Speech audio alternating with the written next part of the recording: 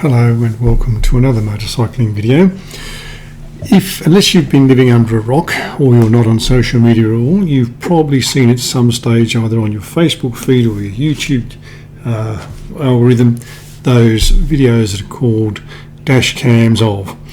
And every state, every territory, even sometimes some cities have people who collect dash cam footage from motorists of other motorists doing all sorts of, shall we say, unusual things, and then they post them, as I say, to social media sites like Facebook or YouTube. The sorts of things you see people doing are running red lights, failing to give way at a give way sign, not knowing the rules about roundabouts and entering the roundabout when they shouldn't, failing to signal what they're doing when they're on the roundabout, failing to obey stop signs, getting in the wrong lane and then cutting across other people who are in the right lane for them wanting to make a turn, blocking turning traffic by failing to look in their mirror and see where they're going, see what's behind them and so forth. Now the purpose of me mentioning all that is that there are certain myths, if you like, that motorcyclists tell themselves that often they think will result in their safety. One of those is loud pipes save lives. And I would venture to suggest to anyone who is relying on the noise of their pipes as their safety feature that they're on very shaky ground. Let's consider for a moment that many cars, but not all, many cars these days are double glazed in order to keep out the outside noise. They have all sorts of insulation to keep out the noise, vibration and harshness, which means that the manufacturers have done everything to keep the outside environment out of the cabin so that the people in the car can have conversations and drive in comfort and think this is a very quiet car.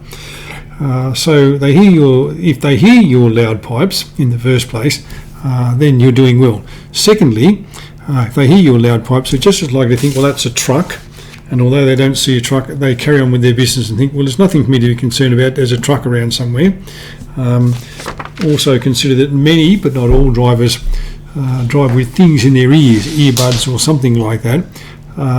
And so the likelihood of them hearing and attending to your loud pipes is a very slim one. So the loud pipe saving lives seems to be, I wouldn't say delusional, but I'd be wanting a few more safety features than that. A second, I wouldn't say a myth, but a second thought is, well, if the light is green and so it's good for me to go.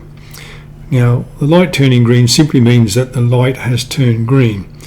And yes, in law, you have the right to go. But in law isn't going to help you when you're in an accident. If you are hit by something as you're going through the green light, legally you'll win, but your motorcycle could well be badly damaged, and worse, you could be badly damaged as well. So what do?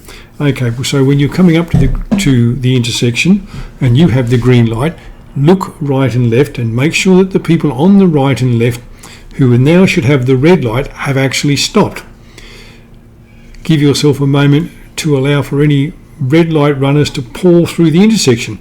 We know that people do that because, as I said, you see it on these dash cam things all the time, but worse than that, we know that there are red light cameras at intersections because the traffic authorities know that people run the red light.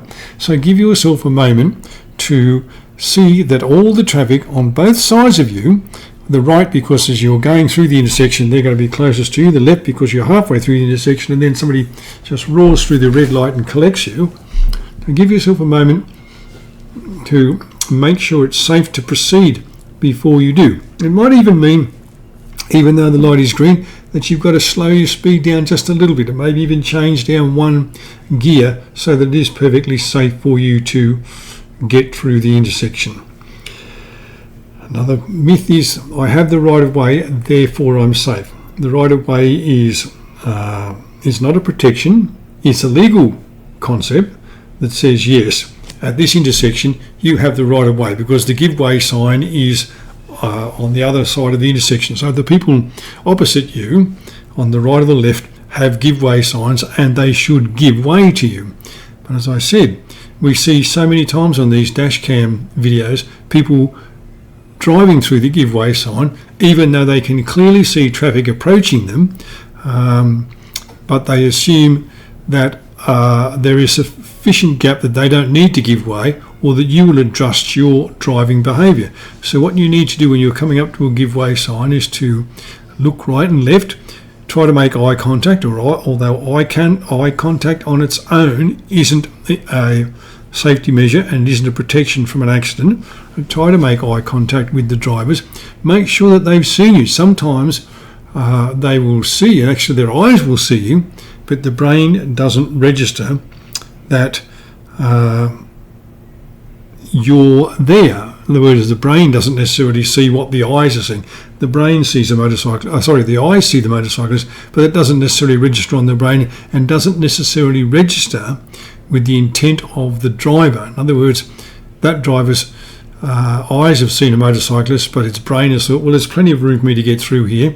There is a give way sign, but I can get through without any problem. Or it's a motorcycle, so it'll be able to slow itself down. It's not going that fast. They'll rationalise it any way they want to get through the intersection. And I don't necessarily mean to imply there that drivers of cars are out to be mean and spiteful or out to do danger or injury to motorcyclists. It's just that they're not always looking for motorcycles. Motorcycles are small. Their speed can be deceptive because of their size, and it's hard to judge the distance between the driver in the car and the person on the motorcycle. In all of these circumstances, you can argue in court afterwards, or wherever it is that you end up, that you had the right of way, that the light was in your favour and so on. But at the moment of the accident, none of that's going to make any difference. You are going to come off worse. Your motorcycle is going to be damaged, possibly written off. You're going to be damaged, hopefully not catastrophically and hopefully not fatally, but you're going to end up in an accident and injured as well. So green lights, they just mean the lights turn green, and you've got to be aware, you've got to adjust your driving behaviour, you've got to anticipate the fact that somebody might come roaring through an intersection even though they're on a red light, because we know that people run red lights.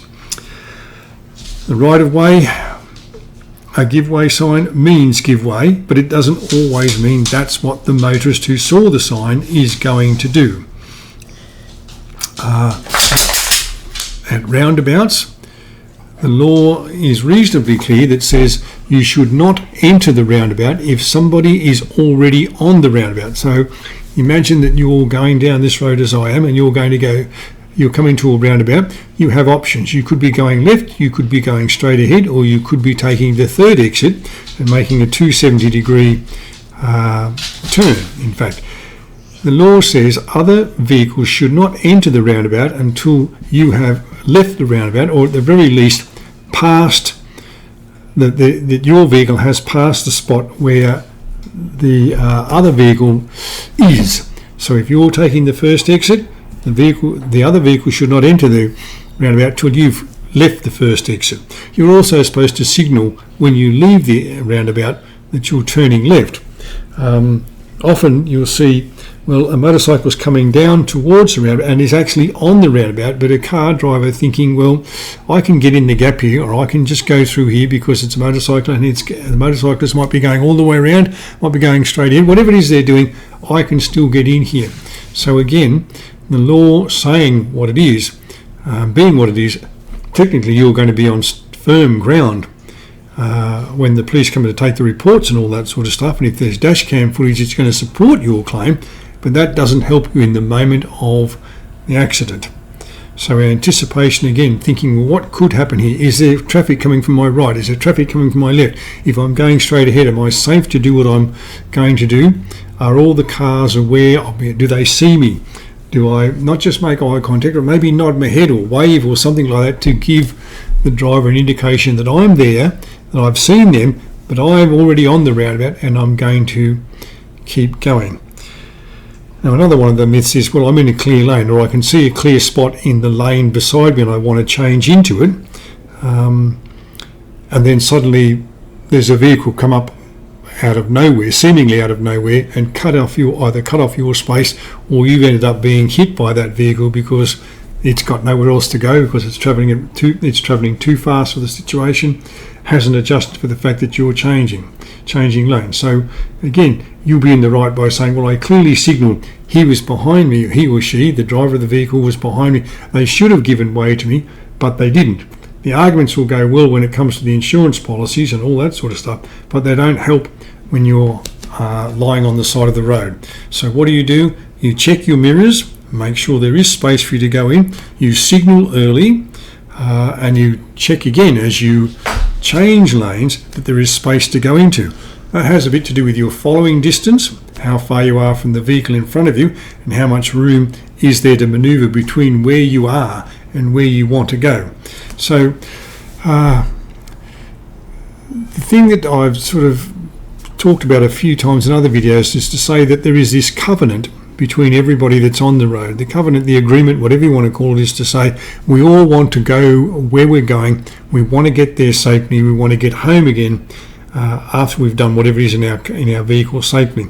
Motorcyclists would be amongst the three groups of vulnerable road users, the other two being pedestrians and cyclists.